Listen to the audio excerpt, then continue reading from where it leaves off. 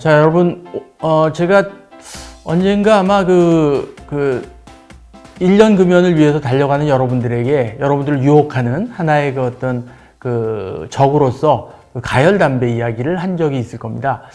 요거 이제 이렇게 꽂아서 피는 관련형 전자담배라고 하는데 틀린 말입니다. 전자담배라고 하는 말을 붙이면 이게 담배와 다른 것처럼 느껴지는데 그게 아니라 담배인데 가열할 뿐이다. 그래서 가열 담배가 맞고요. 그 독성은 일반 담배와 거의 다르지 않을 것으로 본다라고 제가 말씀드린 적이 있고요. 오늘은 조금 제가 조심스럽지만 중요한 다른 이야기를 하나 할 건데요. 이건 뭐냐면 보신 분이 있을 거 아마 사용해 보신 분도 있을 거예요. 이렇게 스틱형으로 생겨가지고 그 뒤에 이렇게 니코틴 액을 집어넣고 그걸로 증기를 분무시켜서 사용하는 스틱형 그런 전자담배가 있거든요. 액상형 전자담배라고 하죠. 사실 그게 가열담배보다 먼저 나왔죠. 먼저 나왔고, 우리나라에 들어온 지도 꽤 됐고, 지금도 상당히 매장도 이미 있고 그렇게 있는 것으로 알고 있는데, 요 제품들은요, 니코틴이 주성분이죠. 그래서,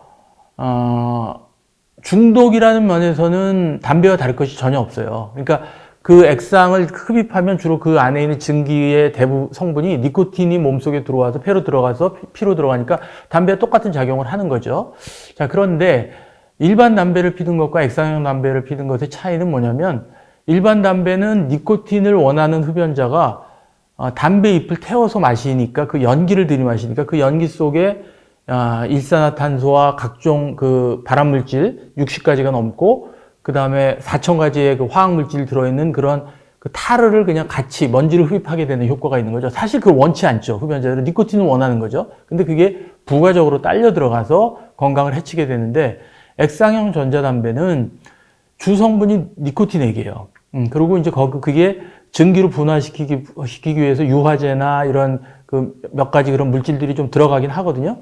그래서 그 안에서도 이제 그게 코일로 태워서 증기화 될 때 화학물질들이 물론 나옵니다. 그런데 양으로 보면 액상형 전자담배로 인해서 인체로 들어가는 독성물질의 양은 일반 연초담배를 필 때보다는 훨씬 적습니다.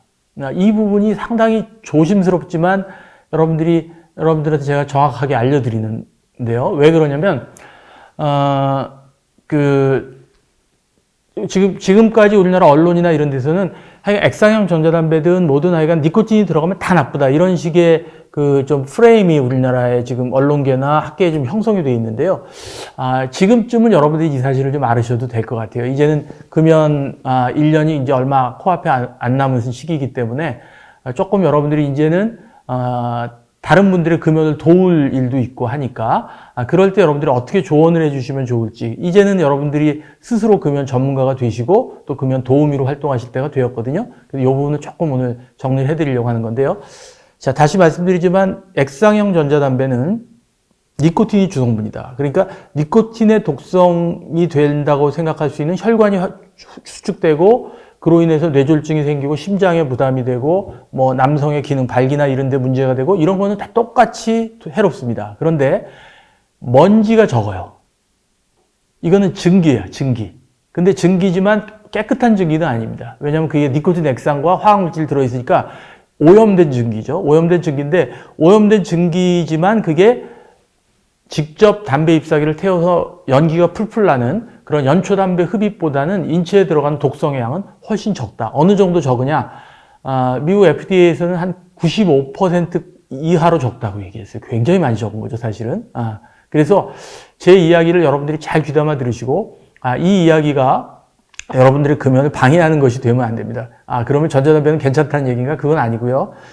액상형 전자담배가 일반 담배, 연초담배를 피는 것보다는 인체에 미치는 독성이 적다는 사실은 알고 계실 필요가 있다. 이건 어떤 분들에게 필요하냐면 여러 번 금연을 시도했으나 도무지 니코틴 중독에서 도저히 벗어날 수 없는 분들, 그런 분들이라면 특히 그분이 만성 호흡기 질환이 있고 그 다음에 집안에 폐암의 가족력이 있고 특히 암에 대한 공포가 굉장히 심한 분이라면 연초담배를 피는 것보다는 액상형으로 바꾸면 그런 위험성으로부터는 훨씬 줄어들 수 있다.